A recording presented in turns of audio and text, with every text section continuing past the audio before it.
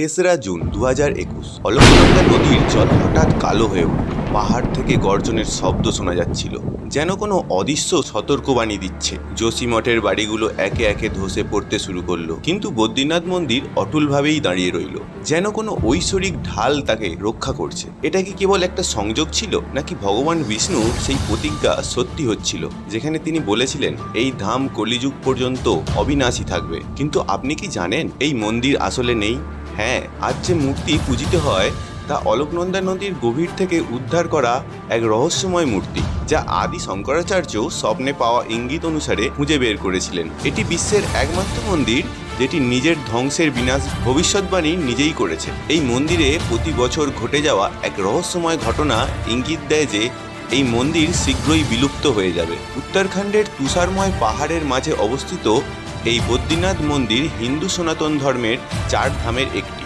এটি শুধু একটি তীর্থস্থান নয়, বরং অসংখ্য রহস্যের কেন্দ্র, যা অমীমাংসিত ও অলৌকিক রহস্য আপনাকে হতবাক করবে এবং যা বিজ্ঞানীরা আজ পর্যন্ত বুঝতে পারেনি। ভক্তরা বদ্রীনাথ ধামকে দ্বিতীয় বৈকুণ্ঠ লোক বলে মনে করেন, কারণ এটি বিশ্বাস করা হয় যে এখান থেকে আপনি সরাসরি বৈকুণ্ঠের যাত্রা করতে পারেন। এই মন্দির বছরে মাত্র 6 মাসের জন্য খোলা থাকে, আর বাকি 6 মাস বন্ধ থাকে। তুষার ঝড়ের মধ্যে ডুবে থাকার সত্ত্বেও ভিতরে জ্বলতে থাকা অখণ্ড জ্যোতি কিভাবে কোনো বাতি বা তেল ছাড়াই নিরন্তর জ্বলছে। আর কেন কেরলের পুরোহিতরাই এখানকার প্রধান পুরোহিত, যদিও মন্দিরটি উত্তরাখণ্ডে? কেন এই পুরোহিতদের নারী বেশে সেজে পুজো করতে হয়? এটা কি কোনো অভিশাপ, নাকি অন্য কোনো রহস্য? আর সবচেয়ে বিশেষ বিষয় হলো এখানে বয়ে চলা অলকনন্দা নদী। বলা হয় এই নদী পাপীদের ওপর পড়ে না, বরং উল্টো দিকে বইতে শুরু করে। আপনি নিশ্চয়ই ভারতের সব হিন্দু মন্দিরে শঙ্খ বাজতে দেখেছেন, কিন্তু বদ্রীনাথ ধামে শঙ্খ বাজানোর ওপর সম্পূর্ণ নিষেধাজ্ঞা কেন? বদ্রীনাথ ধাম তুষারময় পাহাড়ের মাঝে, যেখানে তাপমাত্রা সবসময় 9 ডিগ্রি সেলসিয়াসের নিচে থাকে আর চারপাশের সব তালাব ও নদীর জল জমে যায়। কিন্তু আশ্চর্যের বিষয় হলো এই ঠান্ডা আবহাওয়াতেও তপ্তকুণ্ডের জল সবসময় 54 ডিগ্রি সেলসিয়াস থাকে, যা বেশ গরম। এটা কিভাবে সম্ভব? যোশী মঠে অবস্থিত ভগবান নরসিংহের মূর্তির হাত প্রতি বছর পাতলা হয়ে যাচ্ছে। কেন এটা হচ্ছে? পুরাণে বলা হয়েছে যেদিন এই হাত সম্পূর্ণ ভেঙে যাবে সেদিন বদ্রীনাথের শেষ শুরু হবে। এটা কি কলিযুগের শেষের দিকে ইঙ্গিত করছে, নাকি এর পিছনে অন্য কোনো বড় সংকেত লুকিয়ে আছে? কিভাবে এই রহস্যময় মন্দির নির্মিত হলো? কিভাবে এত উচ্চতায় পাহাড়ি এলাকায় এটি তৈরি করা হলো? শঙ্করাচার্য কিভাবে ভগবানের মূর্তি খুঁজে বের করলেন, যা এখানকার মানুষ নদীতে ফেলে দিয়েছিল? এখানকার মানুষ এটা কেন করেছিল, আর আসল সত্যটা কি? এইসব প্রশ্নের উত্তর আজ বিজ্ঞানও দিতে পারেনি, কিন্তু আজ আমরা এই রহস্যের পর্দা তুলব। তাহলে আপনি কি প্রস্তুত বদ্রীনাথের সেই অবিশ্বাস্য রহস্য জানতে, যা আপনার বিশ্বাস ও বিজ্ঞান উভয়কেই চ্যালেঞ্জ দেবে? তাহলে চলুন শুরু করি সেই যাত্রা, যা হিমালয়ের গভীরতম রহস্যে নিয়ে যাবে। 7ই ফেব্রুয়ারি 2021, যখন হিমালয়ের হৃদয় ধরপড় করা বন্ধ করে দিয়েছিল, রেনি গ্রামে হঠাৎ গ্লেসিয়ার ভেঙে পড়ল এবং অলকনন্দা নদী ক্রোধের রূপ ধারণ করলো। জলের সেই রাক্ষসীয় রূপ দেখে সবার নিঃশ্বাস আটকে গেল। 20 ফুট উঁচু ঢেউগুলো গ্রামগুলোকে গিলতে লাগলো এবং বদ্রীনাথের দিকে এগিয়ে চলেছিল। কিন্তু যখন এই প্রলয় মন্দির থেকে মাত্র 500 মিটার দূরে ছিল, তখনই কিছু এমন ঘটলো যা আজও কেউ বুঝতে পারেনি। হঠাৎ নদী তার গতিপথ বদলে ফেললো, যেন কোনো অদৃশ্য ঐশ্বরিক শক্তি তাকে ঘুরিয়ে দিয়েছে। এটা কি কেবল একটা সংযোগ ছিল, নাকি সেই অলৌকিক ঘটনা যার উল্লেখ স্কন্দ পুরাণে পাওয়া যায়, যেখানে ভগবান বিষ্ণু বলেছিলেন যতক্ষণ আমি এখানে তপস্যায় লীন আছি ততক্ষণ এই ধাম প্রলয় থেকে অক্ষত থাকবে? বিজ্ঞানীরা আজও হতবাক যে 2021 সালের সেই ভয়াবহ বিপর্যয়ে যখন আশপাশের পুরো এলাকা ধ্বংস হয়ে গিয়েছিল, তখন বদ্রীনাথ মন্দিরের একটি পাথরও নড়েনি। মন্দিরের পুরোহিতদের দাবি সেই রাতে মন্দিরের গর্ভগৃহ থেকে একটি নীল জ্যোতি বেরিয়ে নদীর দিকে গিয়েছিল। কিন্তু সবচেয়ে হতবাক করা রহস্য লুকিয়ে আছে মন্দিরের স্থাপনায়। আধুনিক বিজ্ঞানীরা জানিয়েছেন যে বদ্রীনাথ মন্দির ঠিক সেই স্থানে নির্মিত যেখানে হিমালয়ের দুটি টেকটনিক প্লেট একে অপরের সঙ্গে মিলিত হয়, এমন একটি বিন্দু যেখানে পৃথিবীর চৌম্বক শক্তি সবচেয়ে তীব্র। এটা কি সংযোগ যে এটাই সেই স্থান যেখানে ভগবান বিষ্ণু যোগ সমাধি নিয়েছিলেন? আরেকটি বিস্ময়কর তথ্য, 1803 সালে ভয়াবহ ভূমিকম্পে যখন পুরো গড়ওয়াল অঞ্চল ধ্বংস হয়ে গিয়েছিল, তখনও বদ্রীনাথ মন্দিরের কোনো ক্ষতি হয়নি। এই মন্দির কি সত্যিই ঐশ্বরিক শক্তি দ্বারা সুরক্ষিত, নাকি প্রাচীন ঋষিরা এমন কোনো বাস্তু রহস্য জানতেন যা আজকের বিজ্ঞানও বুঝতে পারেনি? যাই হোক, যদি আপনার ভিডিওটি ভালো লাগছে তাহলে কমেন্টে জয় বদ্রীনাথ লিখতে ভুলবেন না। একটা কথা নিশ্চিত, বদ্রীনাথ শুধু একটি মন্দির নয়, বরং প্রাকৃতিক ও ঐশ্বরিকতার মাঝে এক রহস্যময় সেতু, যেখানে নিয়মকে চ্যালেঞ্জ করা হয় এবং আস্থা বিজ্ঞানের থেকে এগিয়ে যায়। সত্যযুগের সেই পবিত্র মুহূর্ত যখন বদ্রীনাথের উপত্যকায় ভগবান শিবের তপস্যায় ধ্বনিত হচ্ছিল, এটিই ছিল সেই স্বর্ণযুগ যখন শিব পার্বতী তাদের গণেদের সঙ্গে এই ঐশ্বরিক স্থানে বিচরণ করতেন। পৌরাণিক গ্রন্থে বর্ণিত আছে যে এখানকার বৃক্ষ ফলের বদলে রত্নে ভরা থাকতো এবং ঝর্ণার জল অমৃত হয়ে বইত। কিন্তু একদিন এই স্বর্গীয় শান্তি ভেঙে এক অদ্ভুত ঘটনা ঘটল। ভগবান বিষ্ণু সমগ্র বিশ্বের মধ্যে এমন একটি স্থান খুঁজছিলেন যেখানে কলিযুগের প্রভাব কখনো পৌঁছাবে না। তখন তার দৃষ্টি এই হিমালয়ের স্বর্গে পড়ল আর তার হৃদয় আনন্দে ভরে উঠল। কিন্তু একটি সমস্যা ছিল, এটি ছিল শিবের নিজি ধাম। কিভাবে শিবের কাছ থেকে এই স্থান নেবেন? তখন বিষ্ণু এমন একটি লীলা রচনা করলেন যা ধর্ম ও ভক্তির নতুন সংজ্ঞা লিখে দিল। এক শরৎ পূর্ণিমার রাতে যখন শিব পার্বতী পাহাড়ের শেখরের চন্দ্র দর্শন করছিলেন, তখন হঠাৎ এক শিশুর কান্নার শব্দ শোনা গেল। পার্বতীর মাতৃহৃদয় বিচলিত হয়ে উঠল। তিনি তৎক্ষণাৎ সেই কাঁদতে থাকা শিশুকে খুঁজতে বের হলেন, যে একটি বদ্রী বৃক্ষের নিচে লুকিয়ে বিলাপ করছিল। শিশুটির চোখে অলৌকিক দীপ্ত ছিল, তার মুখমণ্ডল থেকে ঐশ্বরিক আলো ফুটে বেরোচ্ছিল। শিব বুঝতে পারলেন এটি কোনো সাধারণ শিশু নয়, বরং স্বয়ং বিষ্ণু। যেই পার্বতী শিশুকে কোলে তুলে ভেতরে নিয়ে গেলেন, বিষ্ণু তার লীলার দ্বিতীয় পর্ব শুরু করলেন। তিনি হঠাৎ তার হাত দিয়ে শিব পার্বতীর বাসস্থানের দ্বার আঁকড়ে ধরলেন এবং অলৌকিকভাবে নিজেকে ভেতরে বন্ধ করে ফেললেন। গর্ভগৃহ থেকে তার বাণী ধ্বনিত হলো, হে দেবাদিদেব, এখন থেকে এই স্থান আমার তপভূমি হবে। আমি এখানে নরনারায়ণ রূপে সাধকদের পথ দেখাবো। এই দেখে শিব মুচকি হাসলেন। শিব প্রেমের সঙ্গীতে বিষ্ণুকে আশীর্বাদ দিয়ে বললেন, তথাস্তু। যতক্ষণ কলিযুগের শেষ না হয় ততক্ষণ তুমি এই নরনারায়ণ রূপে এখানেই বাস করবে। এই বলে শিব কেদারনাথের দিকে রওনা দিলেন। বলা হয় এই মুহূর্তে স্বর্গ থেকে বিশ্বকর্মা প্রকাশিত হলেন এবং এক রাতের মধ্যেই সেই অদ্ভুত মন্দির নির্মাণ করলেন, যেখানে বিষ্ণুর শিশু রূপে প্রতিমা স্থাপিত হলো। কিন্তু এখানে আরেকটি রহস্য লুকিয়ে আছে। মূল মূর্তি আসলে শিলাগ্রাম শিলা দিয়ে তৈরি, যা বিষ্ণু নিজে স্পর্শ করেছিলেন। যখন অষ্টম শতাব্দীতে আদি শঙ্করাচার্য এই মূর্তি নারদকুণ্ড থেকে উদ্ধার করেন, তখন তা থেকে এমন দীপ্ত বের হলো যে দর্শক সাধুদের চোখ ধাঁধিয়ে গেল।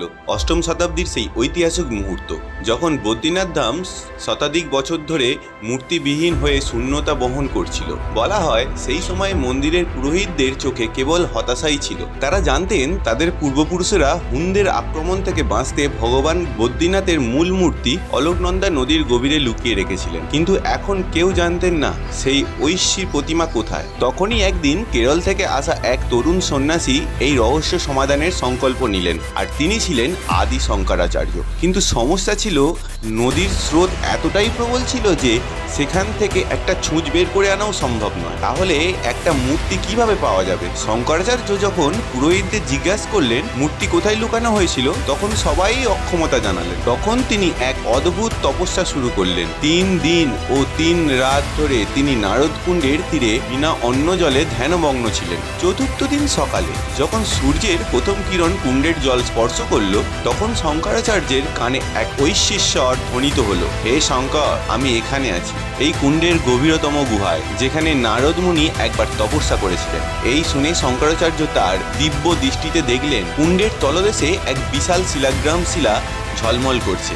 এক মুহূর্ত নষ্ট না করে তিনি নারদকুণ্ডের দিকে এগিয়ে গেলেন। তাকে নারদকুণ্ডের দিকে এগোতে দেখে সবাই স্তব্ধ হয়ে গেল, কারণ এই কুণ্ড 40 ফুট গভীরতার জন্য কুখ্যাত ছিল। কিন্তু শঙ্করাচার্য সংকল্প নিয়ে জলে ঝাঁপিয়ে পড়লেন। পুরো 1 ঘন্টা ধরে সবার শ্বাস আটকে ছিল। তখনই হঠাৎ নদীর জল উথাল পাতাল হয়ে উঠল এবং এক অদ্ভুত দৃশ্য দেখা গেল। শঙ্করাচার্য এক হাতে ঝকমকে শিলাগ্রাম শিলা নিয়ে জল থেকে বেরিয়ে এলেন, যা থেকে এমন দীপ্ত বের হচ্ছিল যে দর্শকেরা হতবাক হয়ে গেল। এটাই ছিল সেই মুহূর্ত যা 300 বছর আগে নদীতে লুকানো হয়েছিল। কিন্তু সবচেয়ে আশ্চর্যের বিষয় ছিল যে মূর্তিতে একটিও শৈবালও লাগেনি, তাতে কোনো ফাটলও পড়েনি, বরং তা আরো বেশি ঝকঝকে হয়ে গিয়েছিল। শঙ্করাচার্য বুঝে গিয়েছিলেন এটি কোনো সাধারণ পাথর নয়, বরং স্বয়ং ভগবান বিষ্ণুর সাক্ষাৎ স্বরূপ। শালিগ্রাম শিলা সেই ঐশ্বরিক পদার্থ যা লক্ষ বছর জলে থেকেও নষ্ট হয় না। সেই দিন থেকে সেই মূর্তি বদ্রীনাথ মন্দিরের গর্ভগৃহে স্থাপিত হলো। কিন্তু আপনি কি জানেন, আজও এই মন্দিরে বছরে মাত্র 6 মাস খোলা থাকে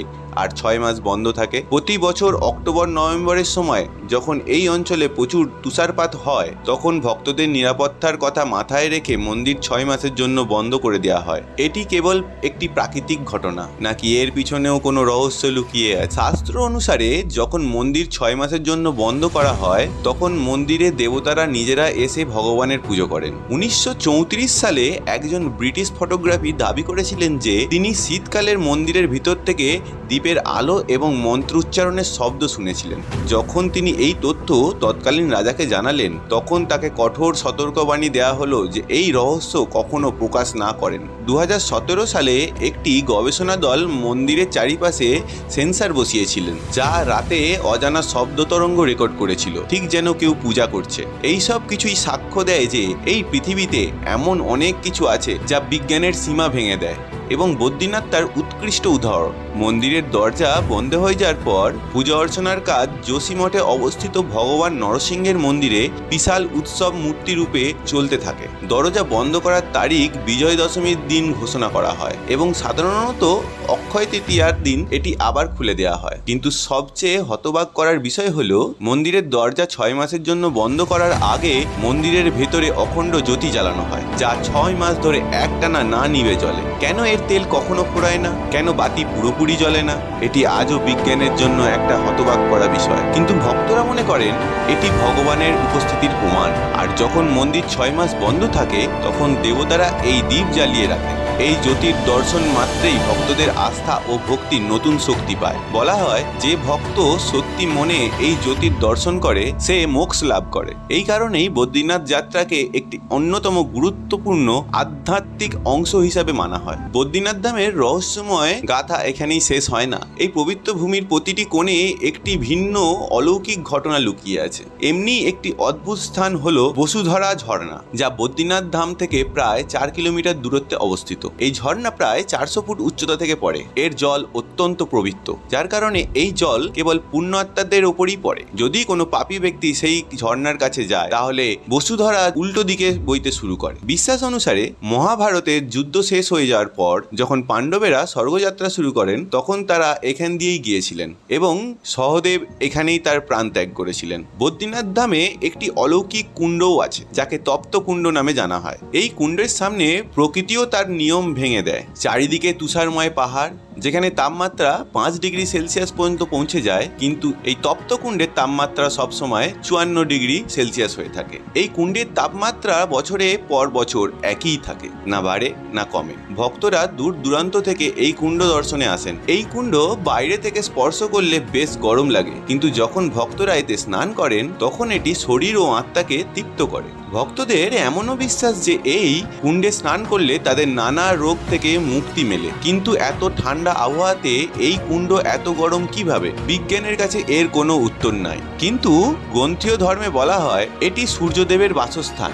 এক সময় যখন সূর্যদেবের ওপর হত্যার পাপ লেগে গিয়েছিল, তখন তিনি ভগবান বিষ্ণুর কাছে এসে এই পাপ থেকে মুক্তির উপায় জানতে চান। তখন ভগবান বিষ্ণু তাকে বদ্রীনাথের এই তপ্ত কুণ্ডে তপস্যা করার পরামর্শ দেন। তারপর সূর্যদেব হাজার হাজার বছর ধরে এই কুণ্ডে তপস্যা করেন, যার ফলে এই স্থান তার শক্তিতে পূর্ণ হয়ে ওঠে। যাই হোক, ভিডিওর শুরুতে আমি বলেছিলাম যে এই মন্দিরে শঙ্খ বাজানো হয় না। আপনি কি ভাবছেন কেন? ভারতের সব হিন্দু মন্দিরেই শঙ্খ বাজানোর প্রথা আছে, কিন্তু এখানে নয়। এর কাহিনী এমন, এক সময় মা লক্ষ্মী বদ্রীনাথ ধামে তপস্যা করছিলেন, আর সেই সময় শ্রীহরি বিষ্ণু শঙ্খচূড় নামে এক অসুরের বধ করেন। ভগবান বিষ্ণু চাননি মা লক্ষ্মীর তপস্যায় কোনো বিঘ্ন হোক, তাই তিনি বিজয় শঙ্খ বাজাননি। তখন থেকেই এই স্থানে শঙ্খ না বাজানোর অদ্ভুত প্রথা চলে আসে। আরেকটি বিষয় যা মা লক্ষ্মীর সঙ্গে সম্পর্কিত এবং বেশ হতবাক করা, কেন এখানকার প্রধান পুরোহিত নারী বেশে মন্দিরে প্রবেশ করেন, আর এই পুরোহিতদের আসল সত্যটা কি? চলুন জানি এখানকার পুরোহিতদের অন্যান্য অনুষ্ঠান। কিন্তু তার আগে যদি ভিডিওটি ভালো লাগে, তাহলে ভিডিওতে লাইক করে চ্যানেলটি সাবস্ক্রাইব করতে ভুলবেন না। এটা আপনার জন্য ফ্রি, কিন্তু এতে আমাদের অনেক সাহায্য হয়। শীতের সেই কনকনে সকাল, যখন বদ্রীনাথ মন্দিরের প্রধান পুরোহিত তার দৈনন্দিন অনুষ্ঠানের জন্য প্রস্তুত হচ্ছিলেন, কিন্তু এটি কোনো সাধারণ প্রস্তুতি ছিল না। তিনি একে একে নারীদের পোশাক পরছিলেন, গাঢ় লাল রঙের শাড়ি, ঝকঝকে নাকের নথ, চুড়ি আর শেষে কপালে সিঁদুরের লম্বা টিপ এটি কোনো মজা নয়, বরং শতাব্দী প্রাচীন সেই আদিভূত পোতা যা বিজ্ঞানীদের হতবাক এবং ইতিহাসবাদীদের বিস্মিত করে রেখেছে। বদ্রীনাথের প্রধান পুরোহিত, যাদের রাওলায় বলা হয়, এখানকার পুরোহিত বছরে দুবার নারীবেশ ধারণ করেন। এর পিছনে একটি গভীর আধ্যাত্মিক বিশ্বাস জড়িত। আসলে বদ্রীনাথ মন্দিরে ভগবান বিষ্ণু তার 24টি স্বরূপের একটি নরনারায়ণ রূপে বিরাজমান। তার পূজার সঙ্গে দেবী লক্ষ্মী, ভগবান গণেশ, কুবের এবং বুদ্ধবীজের বিগ্রহ উপাসনা করা হয়। লক্ষ্মীজির মন্দির প্রধান মন্দিরের বাইরের অংশে অবস্থিত। বিজয় দশমীর সময় যখন বদ্রীনাথ ধামের দরজা বন্ধ করা হয়, তখন দেবী লক্ষ্মীর মূর্তিকে বিশেষ পূজা অর্চনার পর মন্দিরের ভেতরে স্থাপন করা হয়। প্রথা অনুসারে যখন বসন্ত পঞ্চমীর পর মন্দিরের দরজা খোলার মুহূর্ত নির্ধারিত হয়, তখন প্রধান পুরোহিত স্বয়ং পার্বতীজির রূপ ধারণ করে দেবী লক্ষ্মীকে মন্দির থেকে বাইরে আনার কথা পালন করতে হয়। এটি কেন? আসলে এই প্রথা শুরু করেছিলেন শঙ্করাচার্য। কারণ হিন্দু প্রথা অনুসারে কোনো পুরুষ দেবীকে সরাসরি স্পর্শ করার অনুমতি নেই। তাই রাওয়াল দেবী লক্ষ্মীর সখীর রূপে প্রস্তুত হয়ে তাকে মন্দিরে পুনঃস্থাপন করেন।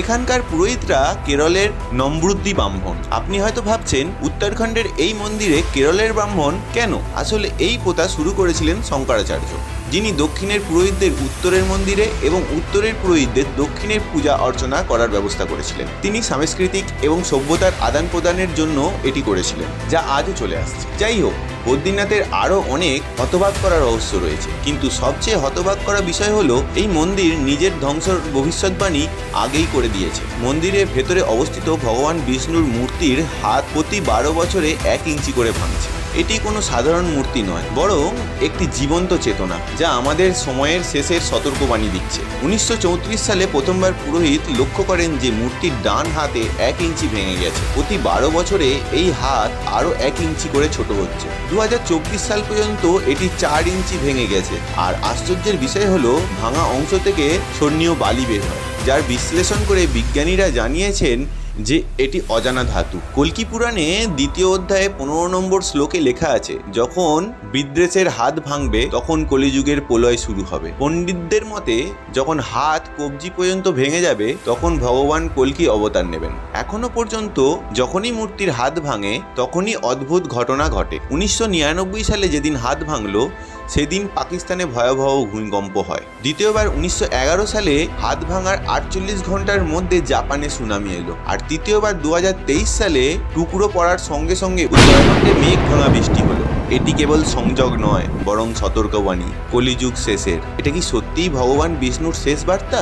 আমরা কি এই মহাপ্রলয়ের দ্বার প্রান্তে দাঁড়িয়ে আছি, নাকি এটি অন্য কোনো ঐশ্বরিক লীলা যা আমরা মানুষ বুঝতে পারছি না? বদ্রীনাথ মন্দিরের গল্প এখানেই শেষ হয় না।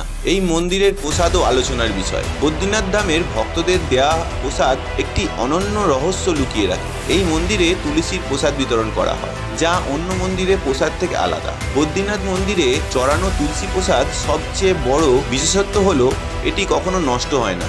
আপনি এই প্রসাদ যতদিনই রাখুন এটি নষ্ট হবে না, না এর সুগন্ধ কমবে। এই তুলসী প্রসাদ বিশেষভাবে ভগবান বদ্রীনাথকে অর্পণ করার পরই ভক্তদের মধ্যে বিতরণ করা হয়। বলা হয় এই প্রসাদ গ্রহণ করলে শারীরিক ও মানসিক শুদ্ধি লাভ হয়। বিজ্ঞানের দৃষ্টিকোণ থেকে দেখলে তুলসী ঔষধি গুণাগুণ পাওয়া যায়, যার কারণে এটি সহজে নষ্ট হয় না। তুলসীতে থাকা অ্যান্টিব্যাকটেরিয়াল এবং অ্যান্টিঅক্সিডেন্ট এটিকে দীর্ঘদিন সংরক্ষিত রাখে। কিন্তু ভক্তরা এটিকে কেবল ভগবান বদ্রীনাথের কৃপা বলে মানেন, যা এই প্রসাদকে ঐশ্বরিকতা দেয়। বদ্রীনাথ ধামের রহস্যে এই যাত্রা এখন তার শেষ পর্যায়ে পৌঁছেছে, কিন্তু একটি প্রশ্ন এখনো উত্তরহীন। এটা কি সত্যিই পৃথিবীর বৈকুণ্ঠ, যেখানে তপ্তকুণ্ডের রহস্য বিজ্ঞানকে চ্যালেঞ্জ দেয়, যেখানে মূর্তি ভাঙার হাত কলিযুগের শেষ সতর্কবাণী দেয়, যেখানে অদৃশ্য শক্তি মন্দিরের রক্ষা করে? এইসব রহস্য একই সত্যের দিকে ইঙ্গিত করে। বদ্রীনাথ কখনো সাধারণ স্থান নয়, বরং ঐশ্বরিক ও মানবীয় লোকের মাঝে একটি সেতু। যদি এই রহস্য আপনার কাছে রোমাঞ্চকর লাগে, যদি এই ভিডিওটি আপনার ভালো লাগে, তাহলে লাইক করুন, শেয়ার করুন এবং আমাদের চ্যানেলটিকে সাবস্ক্রাইব করুন। ধন্যবাদ।